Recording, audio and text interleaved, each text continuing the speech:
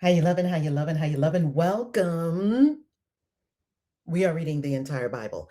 I'm Reverend Valerie Love. If you're brand new here, you are most welcome to read the Bible with us. And are we reading the Bible to find out all about God? No, because God's not in the Bible. God's in you, beloved. And before we begin today, I'm going to answer a question that I've been asked many, many, many times over the podcast, the book, and this series right here. The real God is not in the Bible. The Bible does not speak of God. The real God does not have a holy book. The Bible, therefore, is not a holy book. The Bible is not a religious book. The Bible is not a spiritual treatise. The Bible is a collection of literature, humanities, library. That's what I call the Bible, humanities library. Now, because I've said that so many times on the podcast, and you can watch the podcast, there are 60 episodes of the podcast. The real God is not in the Bible, in addition to the podcast episodes here where we are reading the Bible verse by verse, line by line, to find out for ourselves what is the Bible actually about. Well, in the course of doing this and launching the book, The Real God is Not in the Bible, it's on Amazon right now, ebook form, and it's coming to Kickstarter, paperback and hardcover first, and then to Amazon later, but first, and signed copies on Kickstarter. As I've been doing this for the last couple of years that we've been having this conversation, even though been having a larger, broader conversation about this. I've been doing this work for over 20 years. We've been having a larger, broader conversation about the nature of God, spirituality, consciousness, and all of that on this YouTube channel, on these channels for many, many, many years. I've been on YouTube for over 16 years. The question I keep seeing that I love is, well, Reverend Val, where's the real God if the real God is not in the Bible? Where is God? If I'm picking up this book and I'm not reading about God, what gives? Where am I to find God? What am I to find out about the attributes of God? Where am I to really deeply understand God? I have the answer. There's only one way to reach the infinite source. There is only one way to reach the all, the infinite consciousness, what people would call God. Yet that word God is very problematic because if I say God to 29 different people, there are 29 different ideas of what that is. And for some people, they don't have a concept of God at all. And I like those people because they like critical thinking, and God is not logical to them, which I completely understand. There is only one way to reach the infinite consciousness that is our very being. I will call it source. It does not have a name. The Tao says the Tao that has a name is not the Tao. The God that has a name is not a God. It's one God among many gods. If your God has a name, it can't be the Almighty God because the Almighty God is ineffable. It is nameless, infinite. Now, how do you get in touch with this? There's only one way. Beloved, there's only one way. I'm going to make this so simple for us. There is only one way to get in touch with the infinite source. One word: meditate. Meditate. Meditate. That's the only way. Now, here's where it gets confusing. But Reverend Val, I can't meditate. I tried sitting in the chair. Baby, let me tell you what meditation really is. Because I think people think meditation is sitting on a chair, like a yogi for an hour every morning and every night. Yes, that could be meditation. And that is not the totality of meditation. Meditation can be walking in nature and you go into meditative states. Meditation can be achieved by swimming. You go into meditative states. Meditation can be achieved while running, a hypnotic runner's high.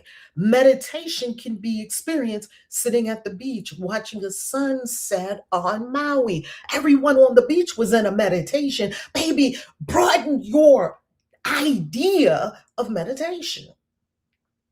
Broaden your idea of meditation. Meditation is not only, even though meditation is sitting, yeah, sitting or standing or being still, clearing the mind, deep breath, losing touch with body sensations, going beyond the body, beyond the five senses, quieting the mind, and being in infinite beingness.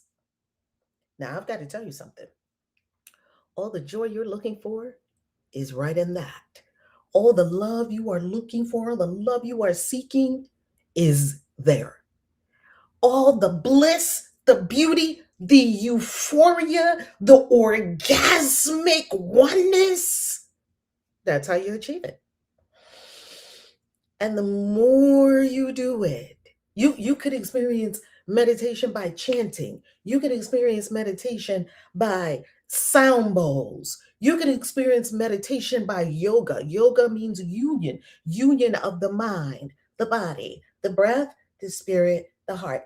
It's union, oneness. You can experience meditation, and everyone does when they have an orgasm. You are out of this dimension and you are in dimensions beyond. So have more orgasms appropriately, with people that want to have orgasms with you, without manipulation, without bargaining, negotiation. Keep it very clean. We would call that tantra. Now, what a lot of people are doing is sex, and that's okay. You probably, I've had a lot of sex. Sex is wonderful. I'm talking about something higher than that. If you like sex, you'll love this. I'm talking about something higher than that. I'm talking about Tantra. And when I was in India, you look on the temple walls and you see an orgy. An orgy. Christians would just have a conniption at that. An orgy on the temple wall. Yes, these are tantric rites of higher consciousness. There are many ways to get yourself into higher consciousness. You could take shrooms. You could take ayahuasca. I'm not telling you to do things that are illegal.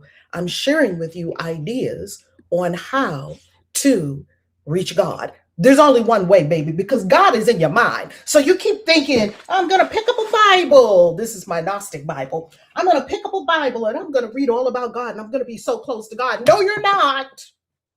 You're going to be close to words in a book.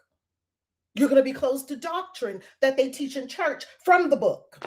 You're not going to be close to God. But Reverend Val, I have read the Bible and certain moments I have had these amazing experiences with the Bible, a rhema word. Yes, the Bible does it. No, Bible, the Bible didn't do that. You did it.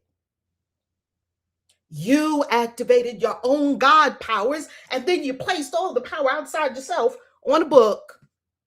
No, the Bible did it. No, the Bible didn't do it. You did it. And you know how we know you did it? Because you could pick up any version of the Bible. Which book was it? Was it this one or was it that one over there or was it that one? You could pick up any different book and read it. You could pick up a Barnes & Noble Bible, standing in Barnes & Noble and read it and get a rhema word and have an experience. It wasn't the book, boo, it was you. People just want to keep putting their power outside of themselves. Baby, ain't no sky daddies around here. People just want to keep putting their power outside of themselves and give their power to the church, give their power to the pastor, give their power to the priest, give their power to a book, give their power to a building. It's in church. In church, I get the spirit. Baby, sit at home in your meditation chair and get the spirit within yourself, and you will see that you are the magic. You are doing it. Ye are gods. That's end of story. The fat lady has sung. What else do we need to say? You are it, tag, you're it. And the reason that we want to put our power outside of ourselves, I'll tell you why. It's because power and responsibility are married. So if you take on your own power, you will have more responsibility of what you do with that power. Yes, boo. But if you put your power in the pastor and the pastor told you to do it, you can put all the responsibility on the pastor. The pastor told me to do it and it didn't work. Or the pastor told me to do it and it worked. Oh, yes, pastor, here's my tithes. Here's 10% of everything that I own, baby. Here it is. Because I'm a slave to this church. Yes, yes, pastor.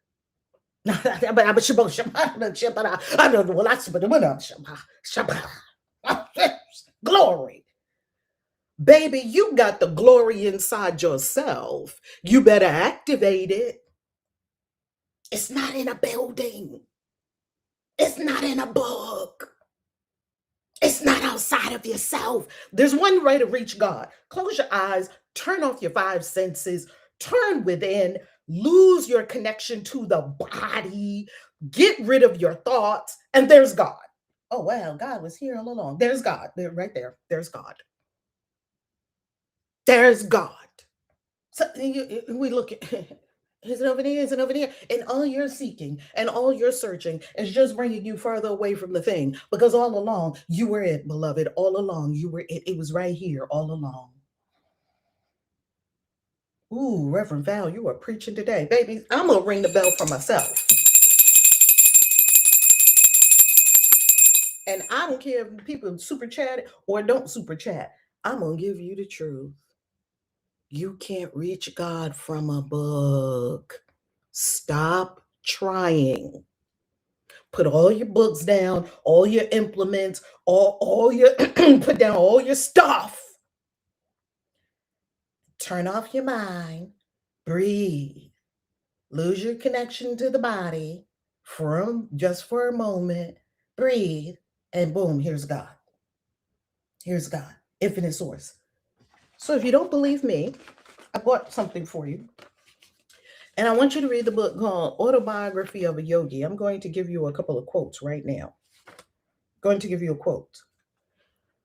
Mankind is engaged in an eternal quest for that something else he hopes will bring him happiness, complete and unending. People are searching. They're searching for more money. They're searching for a boo. They're searching over there for love. They're looking for happiness. They're looking for some outside validation. They're looking for what's going to make me happy. Eternal quest. For these individual souls who have sought and found God, the search is over. He is at something else. When you find this baby, this is the pearl of great value Jesus was talking about. This is the philosopher's stone. This is the Holy Grail. This is everything people have been looking for in all the stories throughout human history. This is it. It says it. I'm going to read it to you again. Mankind is engaged in an eternal quest for that something else other than what you got, some bigger, something else, internally engaged in a quest for something else. He hopes will bring him, her happiness, complete and unending. We're hoping that this next thing we find is going to be it. Then we keep getting disappointed. You're going to keep getting disappointed because you're looking where it's not. For those individual souls who have sought and found God, the search is over. The search is over. What a relief. Your nervous system will correct and align with the God force. Your body will heal. You will have more energy. You will have unending joy. You will have bliss. People will wonder what you're smiling about. And it's God. That's what I'm smiling about. You ever wonder why all these gurus are always laughing while the Dalai Lama is always laughing? The Dalai Lama is always laughing because he found it. And it's not in one particular religion or one particular group or one particular thing or one particular way you have to do it. It's none of that. And you found those moments of God, maybe when you saw a baby being born or you saw an incredible sunrise. Oh, you've experienced it many times. This is natural for you because God is natural. God is right where you are. It's very natural for you to experience God. So don't think that you have to do something to experience God because you don't. When you were a kid, you were laughing. Look at laughing baby videos on YouTube. Hold on. I have to show it to you before we get into our reading of the Bible because people don't believe me. Just in case you might not believe me, I want you to look at something. Laughing babies. I want you to look at this. Hold on.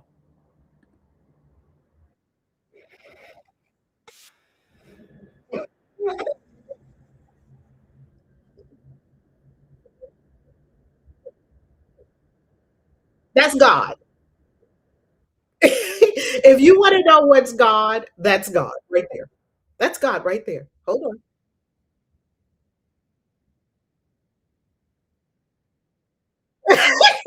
That's God. See, the unimaginable bliss.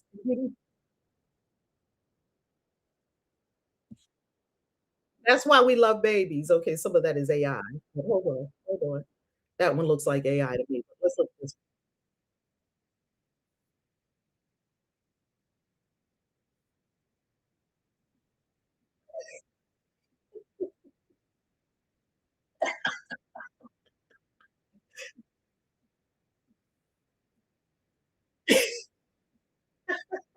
Oh my God.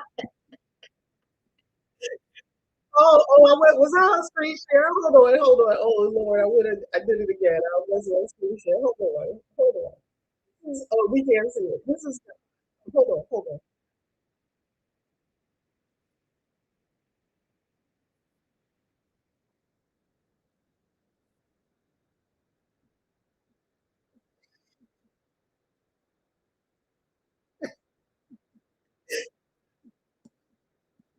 That's what you, when you want to know what's God.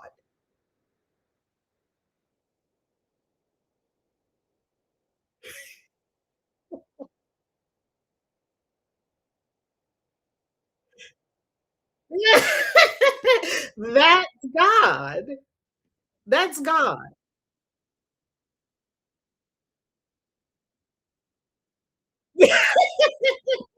And have you ever know? I want to ask you a question. I want to ask you a question. Hopefully, I don't violate copyright here. Hopefully, YouTube won't say, I might demonetize this video just in case it's copyrighted. Anyway, have you ever wondered why babies laugh all the same? Have you ever wondered that? The baby is the purest form of God that we have in this dimension.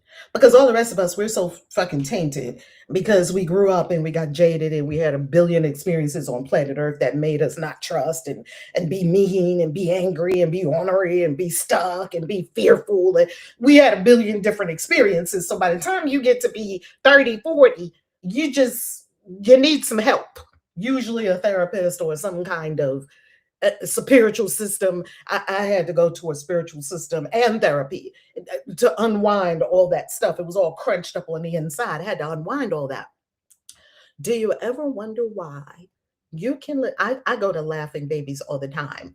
When you go to laughing babies, you are seeing God in pure form in this realm. All the babies laugh exactly the same. That's bizarre. It doesn't matter if they're black, if they're white, if they're Asian, if they're, it doesn't matter what country they're in. They all do the same thing. They all throw their head back. If you listen to a laughing baby, you will not be able to tell if the person is white or black. They still have their purity of infinite source oneness, and we love it. And why do we love it? Because it reminds us of our origin, of our source. That's why we love it. And I'm not saying you have to love babies all the time. Babies are, Well, why do we just adore these little beings and want to protect them? And yes, there's scientific reasons for them. They have little round, cute, chubby faces, and it's more endearing. They have bigger eyes, and so it sets off endorphins. We know the scientific reasons. I'm talking about the reasons that are beyond the physical realm of existence. I'm an occultist. I'm talking about spirituality. We love it. And it is said that your inner child is actually God. It is actually God in you. God is in here. God is in your mind. God is all places, all ways. You could walk in the forest and have the same experience of God being raptured as you would in church. You could be at the beach and have the same experience of being enraptured as you did when you saw a baby born. See, God is not in one spot. He's not in a church. He, she, it is not in a building. It's non-local. It's omniscient, omnipresent. Can we get that? And I tell you one thing, you can tell most of the world doesn't get it because they're still acting out the ego tendency. The ego is all about separation. You over there, me over here. You're black, I'm white. You're rich, not. I'm American, you're European. That's the ego. It's all about separation. The infinite source is all about oneness. The infinite source doesn't see another because the infinite source is all, so there is no other. There is no other, beloved. There is no other. The only way that this cannot simply be for you a nice conversation, a nice idea. It's a nice idea. You won't have the power from it if it remains simply a nice idea. Yeah, I read that in books. Oh, yeah, that sounds good. No, no, no, no, no, boo. You will have to stop your doomsday scrolling, come away from the systems that are intentionally scrambling your brain waves like 5G towers and all of that. You will have to put yourself away from technology momentarily every day, every morning, and every night. You will have to take back your mind from all of the narratives that were fed to it by politics, religion, academia, on and on and on, culture. You must take back your mind and say to yourself, God is in my mind. Therefore, my mind is very holy. I will no longer listen to, pay heed to the little voices of the egoic structures that were implanted in my mind. I will only seek and only experience God as my mind, infinite source, the all that is, the one, the only, the true. And I will see it everywhere I go. And the reason I'll see God everywhere I go is because God is in my mind. So when I look at the baby, I see God. When I look at the tree, I see God. When I look at the homeless person, I see God. When I look at the car, I see God. When I look at the bush, I see God. Because God is in my mind. God becomes the filter with which you are looking at the entire world, baby. And what is this going to do for you on a practical level? Because I'm a witch, I'm extremely practical. What is this going to do for you on a practical level? It's going to heal your body. It's going to cause you to remember that you are the source of all the love that you've been seeking. You stop seeking love in all the wrong places. You will feel and experience the validation of your own being. Therefore, you'll stop needing other people to applaud you and tell you, give you adulation. You will no longer need it. You'll appreciate it. You don't need it. As a matter of fact, you won't need anything. You will not need anything. Your bank account will go up because you'll be walking around in the bliss and joy and beauty, and you will create from bliss and joy and beauty and abundance, and therefore you will receive bliss, joy, beauty, and abundance. It just works. And the way you're going to know that it works is you're going to work it. You're going to do it. You're not going to say, it works because Reverend Val said it. That's good for Reverend Val. That's not good for you. I'm here to share it with everybody. You've got to do it for you. I'll do it for me. Yes, you must do it for you. I can't do it for you. You must do it for you. You must choose to withdraw from all the main distractions, huge distractions of the world. You must choose to withdraw from all of that, like Christ did. 2 a.m., 3 a.m., the third watch of the night, going off to a lonely place to pray. You must choose to do that. But no, you gotta go with the kids, and you gotta go to and then the soccer, and then the scrolling, and then the dinner, and then the kids, and then yeah, watch Netflix. Here's your iPad. You ready for tomorrow? And then and then you fall in bed exhausted. And I ain't got time to meditate, Reverend Val. Well, of course you don't, because your life is full of minutia. I see why you cannot meditate, not in a judgment way, simply in a self-awareness way. Wow, I have no time to meditate because my life is full of minutia. So I don't have time to talk to you, God. I don't have time to turn within, close my eyes, and go within, and the only place that I'll find God. I don't have time to figure out meditation. I don't have time to do that. Okay, then don't. It's not a must. Then don't. And keep going to doctors and trying to get medications for your sick body, because when you do this, it heals your body. Keep looking for love in all the wrong places. Keep searching for something outside yourself that you're never going to find. Keep trying to find the missing clue to happiness. Keep looking. And when you're tired of that, you will come home to yourself. And you will find the infinite treasure that you have been searching all along. Let's get to Genesis. I hope this helps.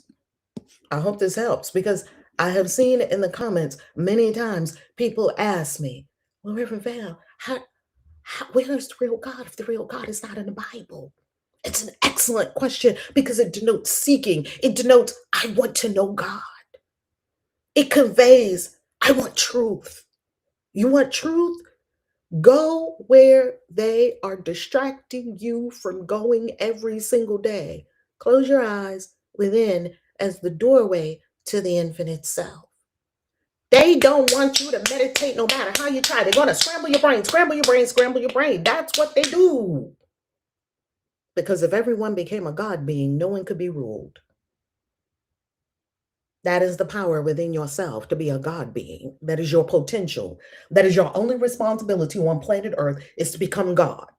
When you become God, you trigger other people to become God. You're not here to end world hunger and run around and save all the homeless people. And save yourself. The way you change the world is to change yourself.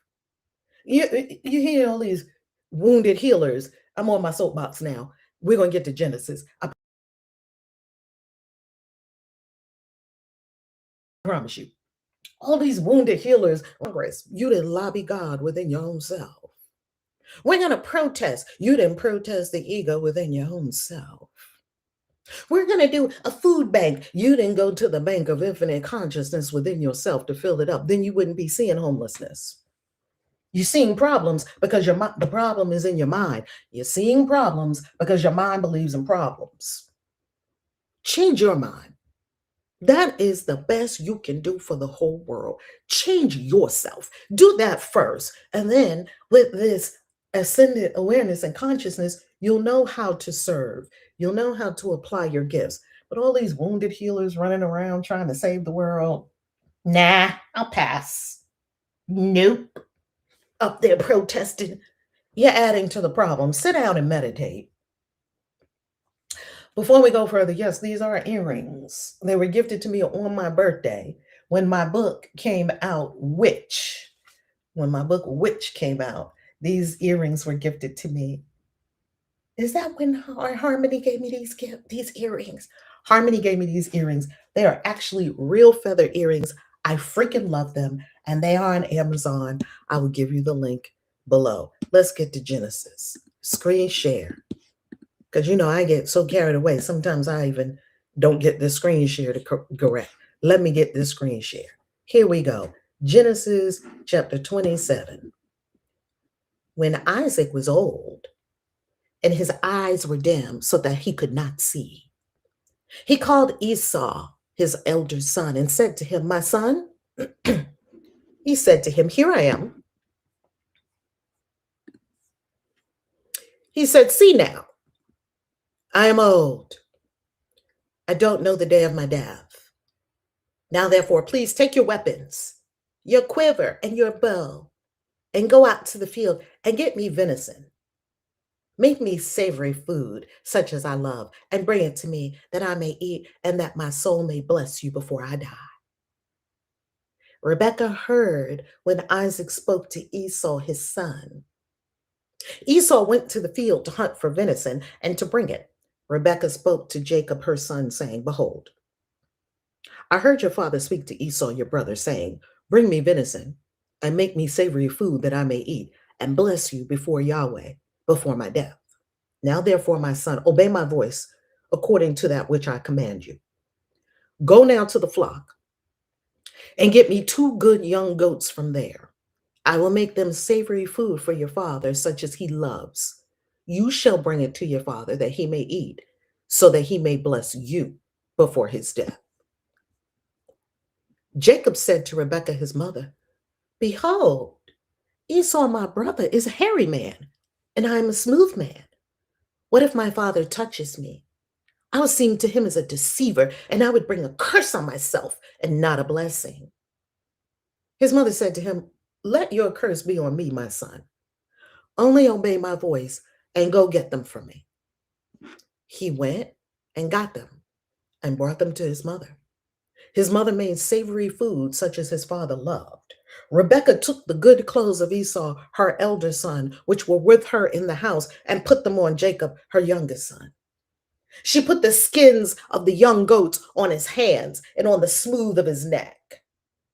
She gave the savory food and the bread which she had prepared into the hand of her son Jacob. He came to his father and said, "My father?"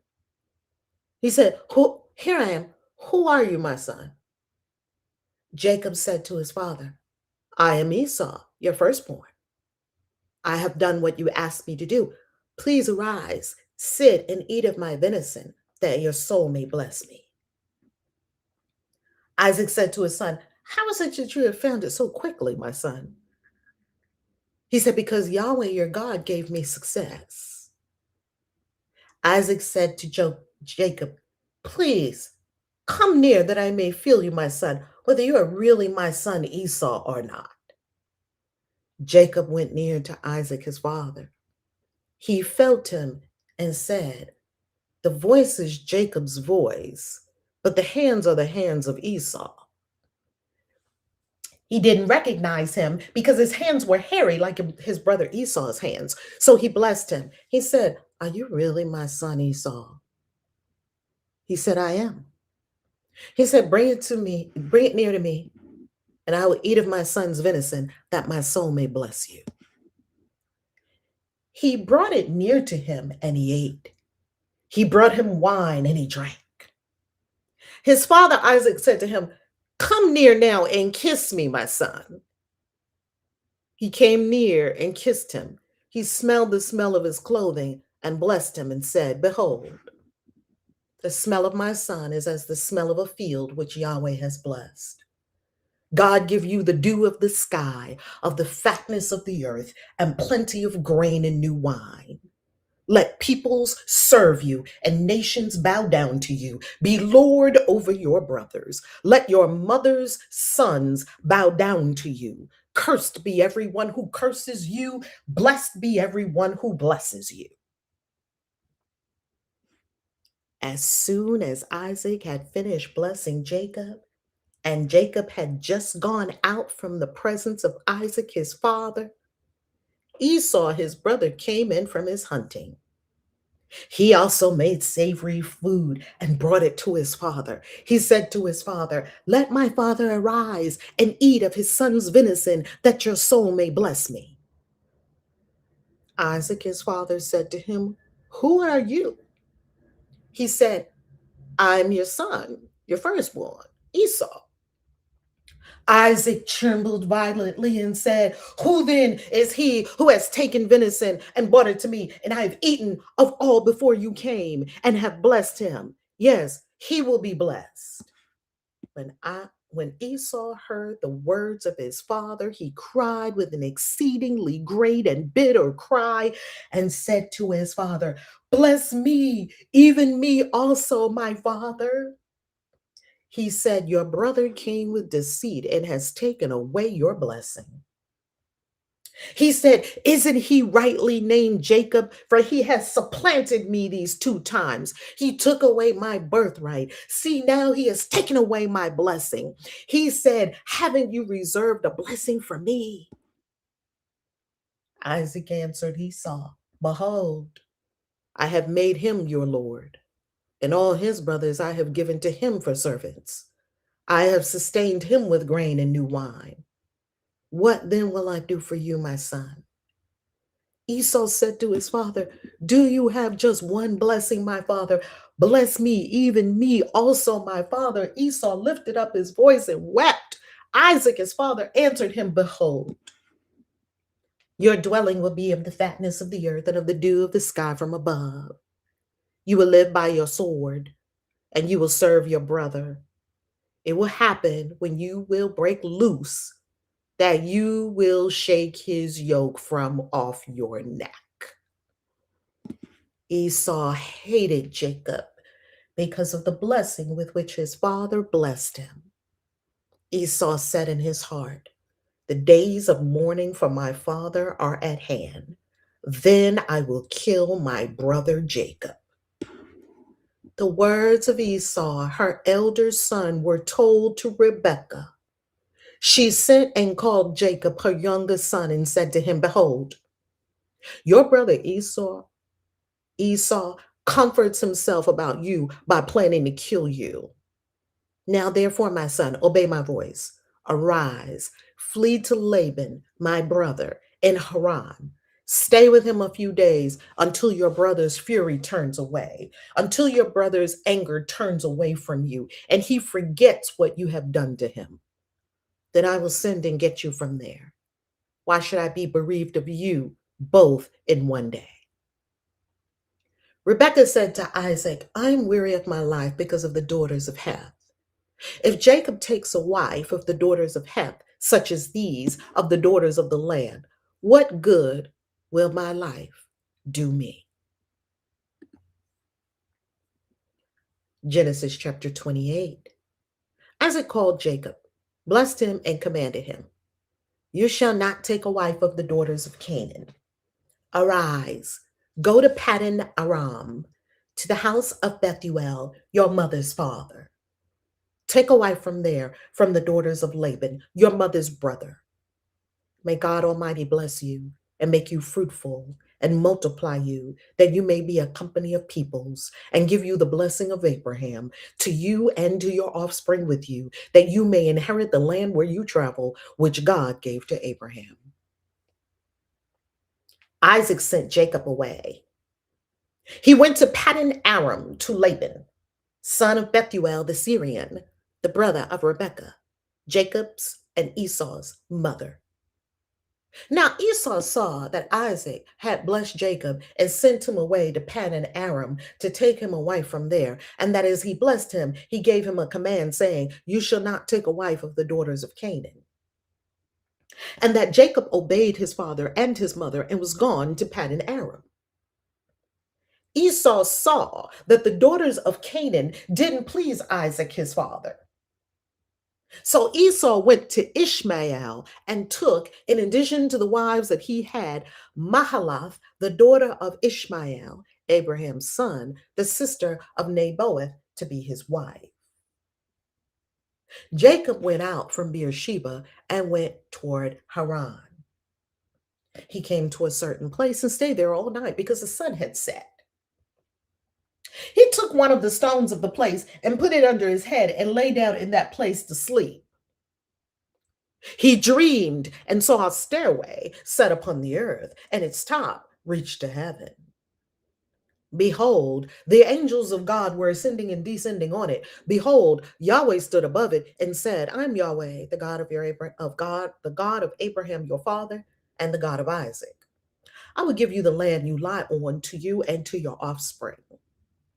Your offspring will be as the dust of the earth, and you will spread abroad to the east and to the west and to the north and to the south. In you and in your offspring, all the families of the earth will be blessed. Behold, I am with you and will keep you wherever you go and will bring you again into this land. For I will not leave you until I have done that which I have spoken of to you. Jacob awakened out of his sleep and he said, surely Yahweh is in this place and I didn't know it. He was afraid and said, how awesome this place is. This is none other than God's house, and this is the gate of heaven.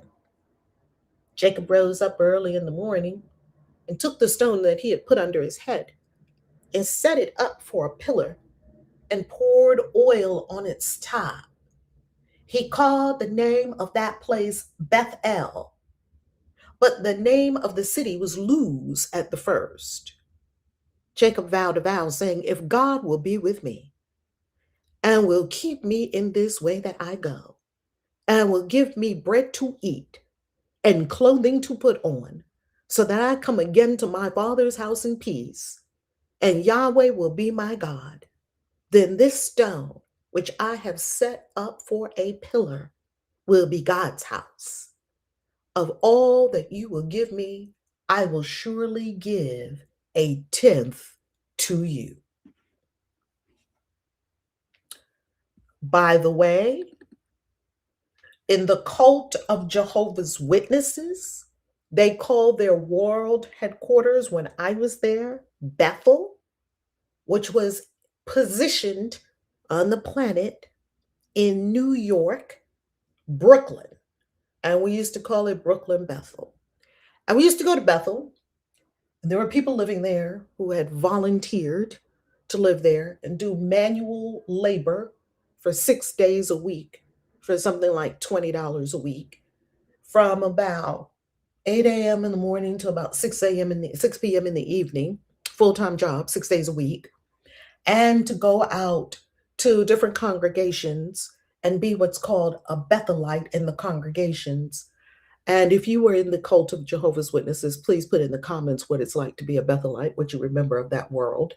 And the Bethelites were taken such good care of, and you would always bring food for the Bethelites, and you would always invite the Bethelites over to eat your food, and you would always want to take care of the Bethelites, give them a couple of extra dollars because they were in full-time service, quote unquote, to Jehovah and living at Bethel. And though they fed them very well there because they had a farm where they grew all their food, cults, they've really got to take it to the nth degree. Cults love to be exclusionary. And that is where they get the word Bethel from. Now, there are a few things I want to talk about in this commentary. If you think women have no influence in the Bible, I don't know where we got that idea. Other than small-minded men, the men with the small minds and the small penises, who tried to convince us that women didn't have power in the Bible. I want to give you a recap so far of the women and the power in the Bible. First, we start with Eve. And remember, Eve was the one that the unsolicited agent came to, not Adam. He came to Eve. And the men like to say, well, he came to Eve because Eve she was so naive. She was easy to deceive. Or maybe she was the one with the wit that would figure out that what he was saying was true. Yeah, why did this quote unquote God not want us to have knowledge? So her and the unsolicited agent are speaking in this garden situation. And he said, yeah, you're not in a garden, you're in a trap. This whole thing is a trap. Interesting. So that was the first power woman of the Bible, Eve. Of course, we have stories of Lilith, and this is where I think stories of Lilith come from. I believe this is also a retold Anunnaki story. And why do I think the story of Lilith is another Anunnaki story that bears witness to some truth in our past? because there was more than one couple of Adam and Eve. There was more than one. And there could have been one who was willful, who was like, I'm not getting with this program. And here we have Lilith. I'm not getting with the program. I'm not with the program. And that archetype of the rebel woman is still with us. And she's also spoken of that Jezebel spirit. Well, a lot of pastors worship Jezebel because they talk about her so much. And when you talk about a particular being so much, that is worship, even though supposedly you're condemning her. Continuing. So we have Eve, the first power woman of the Bible. We also have Noah's daughters, who very strangely kept the line going. Was it Noah's daughters? It wasn't Noah's daughters. It was Lot's daughters. Thank you, Spirit. Lot's daughters, who, when Lot's wife was killed, the two of them went in and slept with their father. And supposedly they came up with this idea. Doesn't sound like a woman idea to me. It sounds like a man idea. However, you have Rebecca, who came and watered not only the servant of Abraham, but also the camels. And Rebecca got all the gold and the nose ring. And yeah, they want me. You have Sarah walking around getting kidnapped first by the Pharaoh. She's so beautiful. She's so beautiful. She's so beautiful. They scoop Sarah up and take her to the palace with the Pharaoh, probably giving her all kinds of milk baths and everything, preparing her for the Pharaoh like they used to do back in the day. And then Sarah, oh my goodness, this woman, what? Why you didn't tell me this was your wife? I could have slept with her and that would have been horrible. Please take your wife and go. And here's gold and here's a... Then later on, King Abimelech does the same thing. He sees Sarah. She's so beautiful. Oh my goodness, she's so beautiful. I have to have this woman. Go get this woman. Hey, Abraham, is this your wife? No, that's my sister. Wink, wink. Yeah, he's my brother. That's what he told me to say. Yep, he's my brother. Well, he kind of is my brother because we got the same daddy. But we have different mothers. Then he takes her and gets her already in the palace. She's in another palace. Yeah, they keep kidnapping me because I'm so beautiful. She's another power woman in the Bible. The men are just going gaga over her. Like, what does this woman look like? Then she's like, hey, I can't have a kid. Here, take my lady, my Egyptian servant, and have a kid with her, and that's going to be my kid.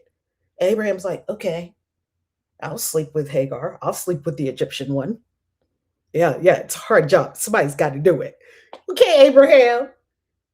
Then after Sarah dies, they can't even live life. Abraham and Isaac, they're just, they can't even live life. Then finally, Abraham goes, gets a few more women. He gets Keturah, and Keturah is popping out baby after baby, right? And then we have Rebecca, and Rebecca's like, listen, we not doing it. The firstborn, no, because the firstborn is crazy. We're not having Esau get all the blessing. No, he's crazy. He's not getting it. You know your kids. She had these twin kids, and she's the mastermind behind the whole story. But people are trying to tell us, oh, women, the Bible stripped all women's power away. And it's exactly the opposite. The women are actually the cause of all these things happening.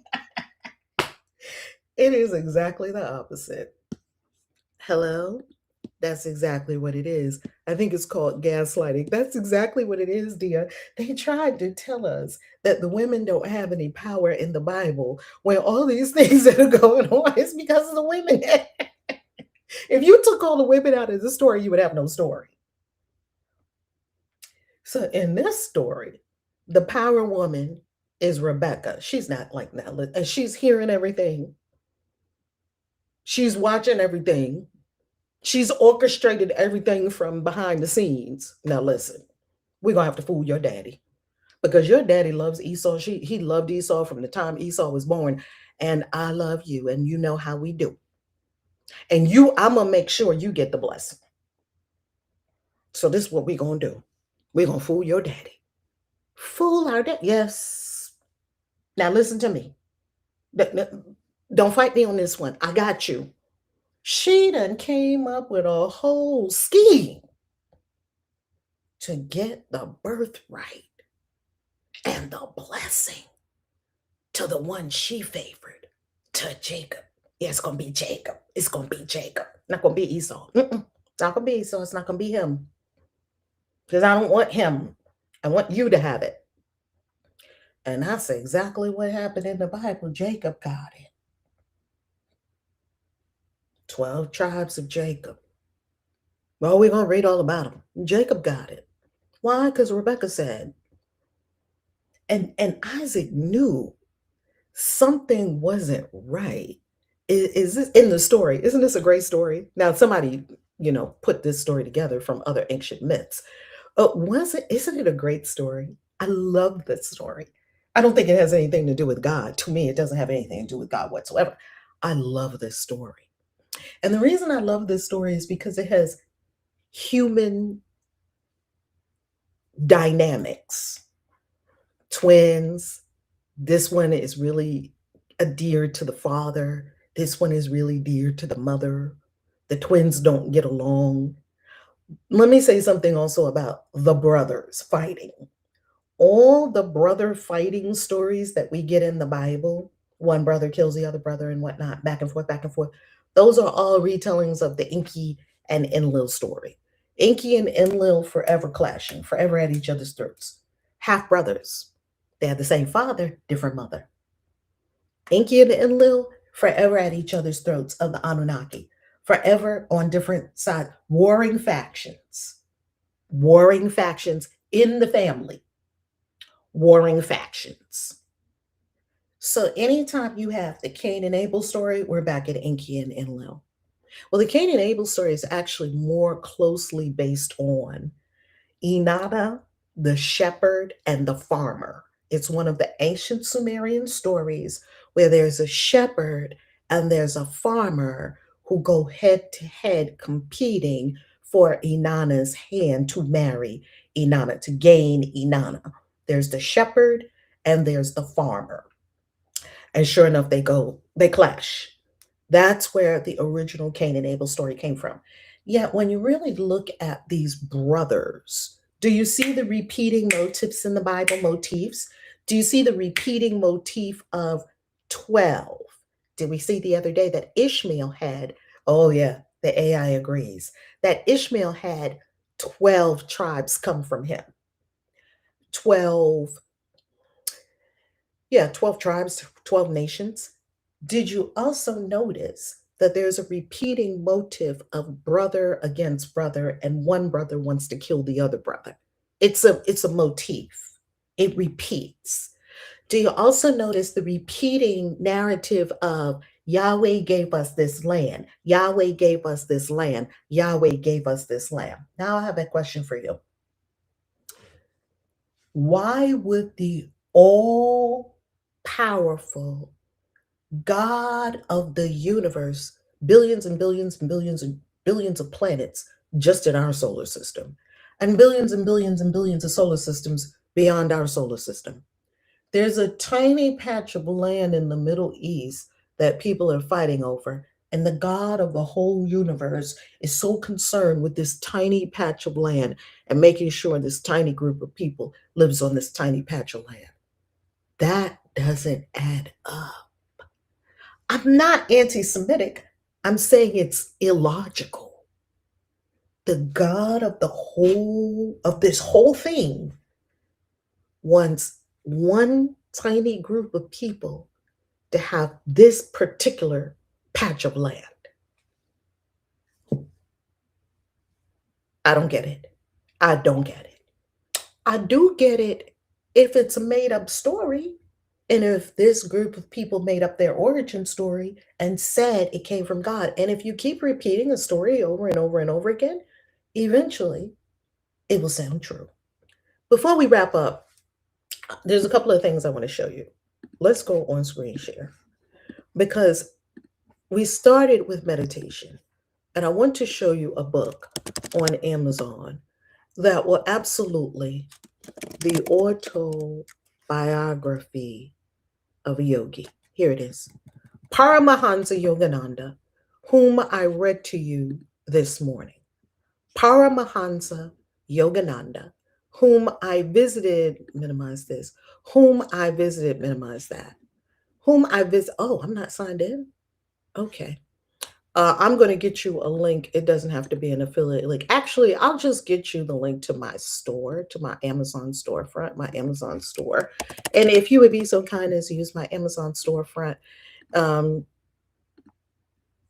that would be wonderful. Thank you so much for supporting the channel and supporting my work. I love that. That is my Amazon storefront. So if you go to my Amazon storefront and you just search this book, The Autobiography of a Yogi by Paramahansa Yogananda. This is it right here. It was a self-realization fellowship. Now, I visited the self-realization fellowship when I was in California, Los Angeles, California.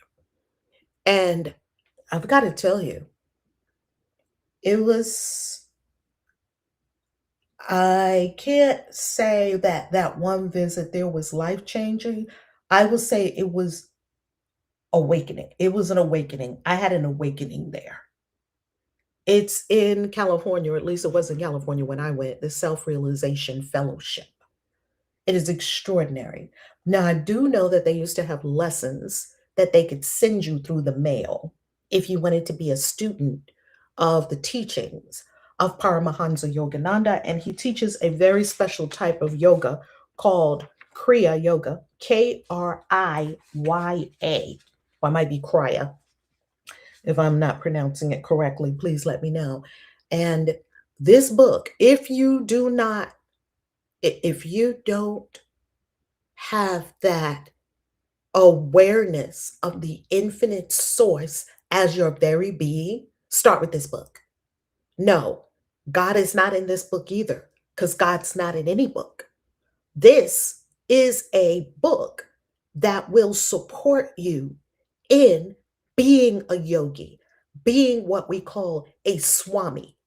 What is a swami? A swami is a person who is coming to oneness with source. That's what a swami is, oneness with your own self. A guru is a person who rubs out ignorance. Rub out, ru, ignorance.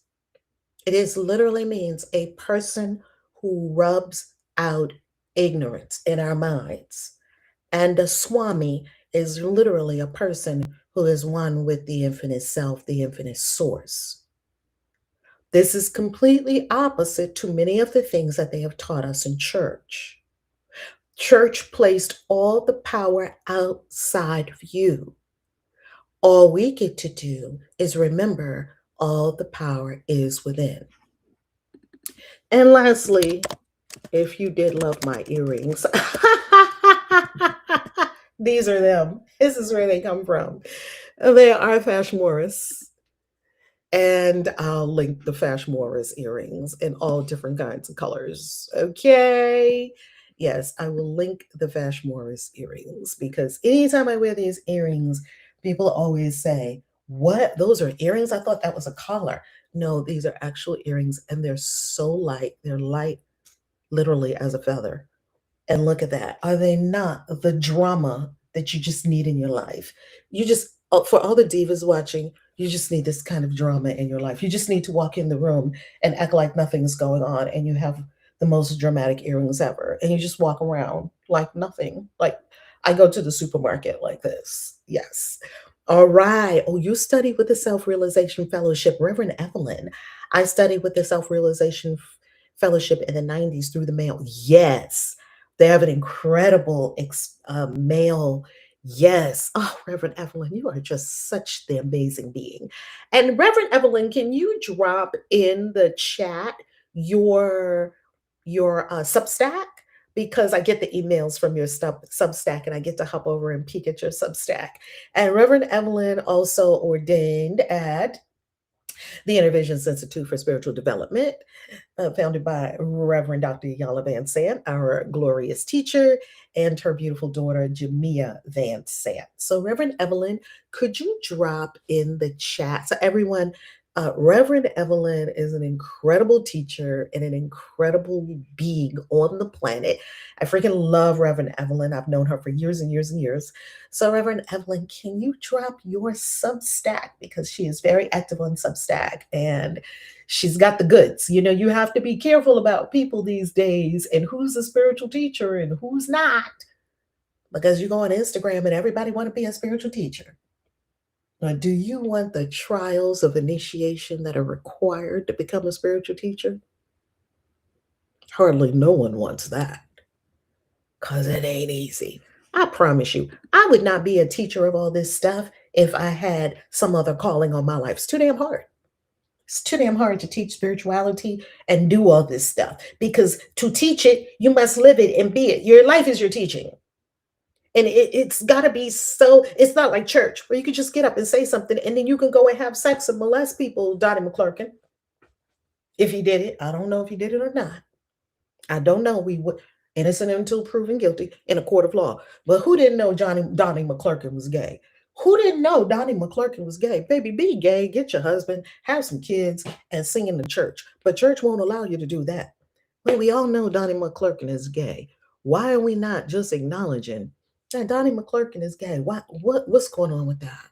Nope, they won't let you do that in church. Why? Because they are so stuck on old stories that are not true and not from God.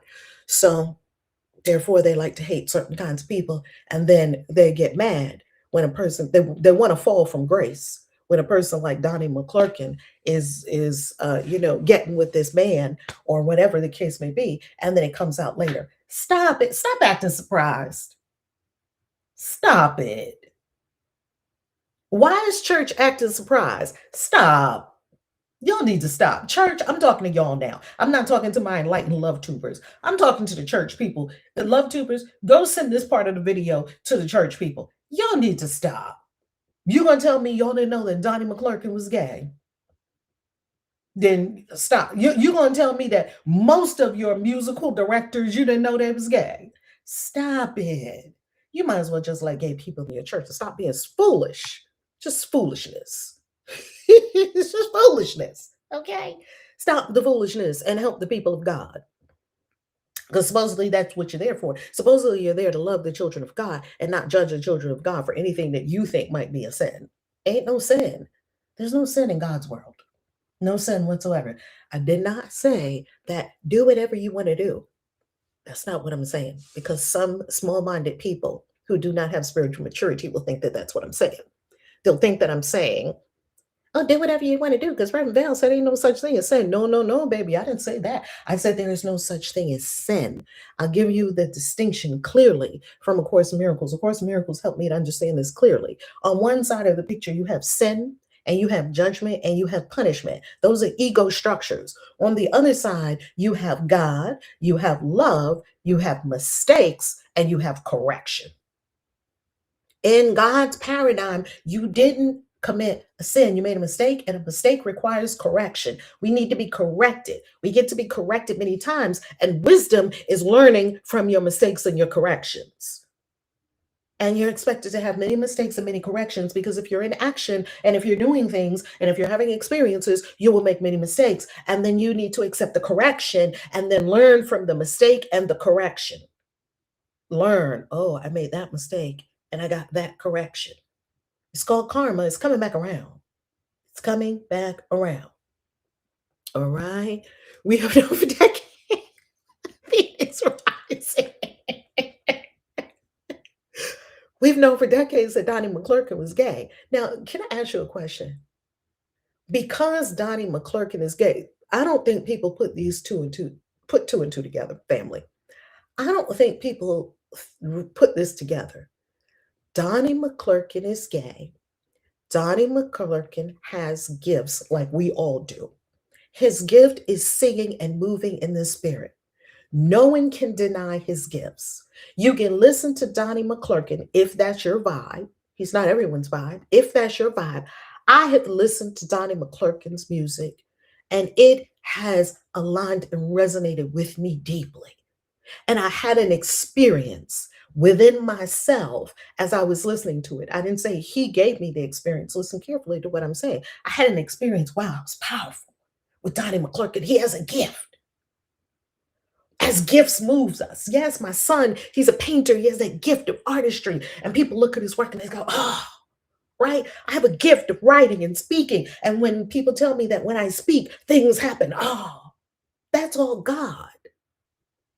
So if God didn't approve of Donnie McClurkin being gay, how was Donnie McClurkin able to do all of this gifting and sharing all this music and helping all these people? Clearly, he's got the spirit on him, but he's gay. Doesn't add up. Well, he's got the spirit. You had him in your church. Everybody in the church, wah, wah, wah. But if he's gay, he shouldn't have that. That's what the church wants to try to teach people. It's insane. Stop it. Just listen to Donnie McClurkin. Love Donnie McClurkin. Let Donnie McClurkin get married to a man, a wonderful man. Him and his husband go walk down the aisle, have a good time, and have your little children. Donnie McClurkin said one of his great fears in life is that he'll never be able to have a family. Baby, drop that fear. Just go get yourself a nice husband. You can stop abusing these people behind closed doors. It just and go get yourself a nice husband and go adopt a couple of kids or get a surrogate mom or whatever and live your life. Be happy. Trying to meet an impossible standard of a church that doesn't love you for who you are. I don't go places where I'm not loved. Why would you? If you know they don't love you, why would you be there? They don't love you for who you are. They love you, the idea of you. They don't love you for who you are. Move on. I go where I'm celebrated, not where I'm tolerated. I go where I'm loved because God is love. Ain't nobody got to sit with people that don't love you. They're looking at you like, why do you? It's not a requirement to be judged. Donnie McClurkin, it's not a requirement to be judged. You don't have to be judged. You can simply be loved. You don't have to be judged. I'm a cut it right here because let him be who he is. What's up with that? And you know what's interesting? Um, you know what's interesting about this? God never said, don't be gay. God never said that. People got that out of a book that they said God said. God never said that. God never said that to me. I talk to God all the time. I live and breathe and move and have my very existence in the infinite source. The infinite source never told me. I asked it, do you care who people sleep with? It laughed like them babies. Was laughing. Like, why would the infinite source care who you sleep with? The infinite source doesn't care about who you sleep with. The infinite source cares about your character, your beingness. Are you being a loving person? Are you being a joyful person? Are you being non-judgmental? Are you being a Christ? That's what the infinite source is lifting us all into, our true Christ consciousness, God nature. It doesn't care who you sleep with as long as everyone's adults and everyone's consenting. That's all. And get rid of your motives and sleeping with this person. Maybe if I sleep with this person, I'll get a part in a movie in Hollywood. Maybe if I suck this dick, I'll get a record deal with P. Diddy. Maybe if I let this one boink me, I'll get a front row to this. Stop it. These people are in offices sucking dicks and letting people sex them up the behind and all this stuff so they can get a part in the movie, so they can get on P. Diddy's label. Like, stop. Look at me. You don't have to do that. You don't have to do that. Everybody that I had sex with, baby, I wanted to have sex with them because I wanted to have sex with them. I wasn't trying to have sex with them so I can get a part in the movie. Stop it. Stop it. Just live your life. Clean up your intentions and your motives. Just do the best you can to be honest and authentic. Like, hey, I want to sleep with you just because I want to sleep with you. Okay, maybe that's not a good idea because maybe you're married and I'm not, or whatever, whatever. I'm telling you, I turned down a lot of people. But why? Because it's not in my authentic self, and what my authentic self is creating for me in the way of partnership, that would not be good for me. I learned from my mistakes and my corrections. Oh, baby, you can't give me like that anymore. I learned. It's called wisdom. That's what God wants. God wants to, God is always growing us. Source is always growing us into greater godness. And as a God being, you love everyone. As a God being, you know what to do and what not to do. You don't need rules and laws to tell you what's appropriate and what is inappropriate. Baby, so sad. So sad that these people in church are all twisted up in knots. And then the good news is we can all be free. I love you. See you tomorrow. ValerieLove.com.